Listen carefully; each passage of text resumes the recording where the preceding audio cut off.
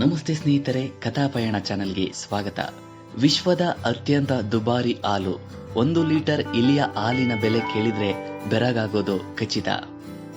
ಬೆಳಗ್ಗೆ ಎದ್ದಾಗ 1 cup coffee ಅಥವಾ ಟೀ ಕುಡಿಯುವುದು ಬಹುತೇಕರ ಹವ್ಯಾಸ. ನಾವು ಸಾಮಾನ್ಯವಾಗಿ ಎಮ್ಮೆಯ ಹಾಲು ಅಥವಾ ಹಸುವಿನ ಹಾಲನ್ನು ಬಳಸುತ್ತೇವೆ. ಮೇಕೆ ಹಾಲನ್ನು ಕೂಡ ಸೇವಿಸುತ್ತೇವೆ. ಹೆಚ್ಚಾಗಿ ಎಮ್ಮೆ ಮತ್ತು ಹಸುವಿನ ಹಾಲನ್ನು ಬಳಸುತ್ತೇವೆ. ಆದರೆ ಒಂಟೆ ಹಾಲು, ಕತ್ತೆ ಹಾಲಿಗೂ ಬೇಡಿಕೆ ಇದೆ. ಈ ಹಾಲು ಸಾಕಷ್ಟು ಪೌಷ್ಟಿಕಾಂಶವನ್ನು ಹೊಂದಿದ್ದು ದುಬಾರಿ ಕೂಡ ಹೌದು. ಒಂಟೆ ಮತ್ತು ಕತ್ತೆಯ ಹಾಲಿನ ಬಗ್ಗೆ ಕೇಳಿ ಕೊಂಚ ಅಚ್ಚರಿ ಎನಿಸಬಹುದು. ಆದರೆ ಅದಕ್ಕಿಂತ ಅಚ್ಚರಿಗೆ ದೂಡುವ ಇನ್ನೊಂದು ಹಾಲಿದೆ. ಅದೇ ತಾಜಾ ಇಲಿ ಹಾಲು. ಇದು ವಿಶ್ವದ ಅತ್ಯಂತ ದುಬಾರಿ ಹಾಲು. ಇಲಿ ಹಾಲು ಕೂಡ ಇದೆಯಾ ಎಂಬ ಪ್ರಶ್ನೆ ಮೂಡಬಹುದು.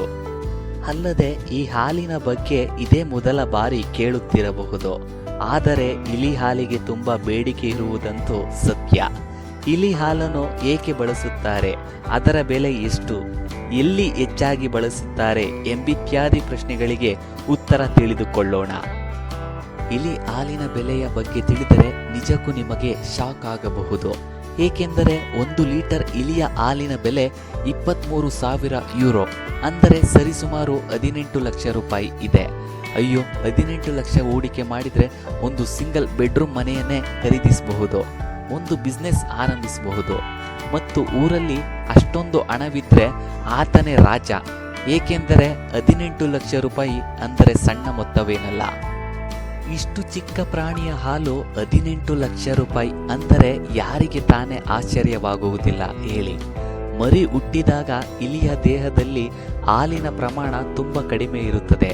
ಇನ್ನು 1 ಲೀಟರ್ ಇಲಿ ಹಾಲು ಸಂಗ್ರಹಿಸಬೇಕೆಂದರೆ ಹೇಗೆ ಸಾಧ್ಯ ಎಂಬ ಪ್ರಶ್ನೆಯೂ ಮೂಡುತ್ತದೆ. ಆದರೆ 1 ಲೀಟರ್ ಇಲಿ ಹಾಲು ಸಂಗ್ರಹಿಸಲು 40,000 ಇಲಿಗಳು ಬೇಕಾಗುತ್ತದೆ. ಹಾಗಾದರೆ ಈ ಇಲಿ ಹಾಲನ್ನು ಯಾವುದಕ್ಕೆ ಬಳಸ್ತಾರೆ ಅಂತ ನೋಡುವುದಾದರೆ, ಇಲಿ ಹಾಲನ್ನು ಸಂಶೋಧನೆಗೆ ಬಳಸಲಾಗುತ್ತದೆ. ಸಾಮಾನ್ಯವಾಗಿ ವಿಜ್ಞಾನಿಗಳು ಇಲಿಗಳು, ಮಂಗಗಳು, ಹಂದಿಗಳು, ಮೊಲಗಳಂತಹ ಪ್ರಾಣಿಗಳ ಮೇಲೆ ಸಂಶೋಧನೆಯನ್ನು ಮಾಡುತ್ತಾರೆ. ಇಲಿ ಹಾಲನ್ನು ವಿಜ್ಞಾನಿಗಳು ಸಂಶೋಧನೆಗೆ ಬಳಸುತ್ತಾರೆ.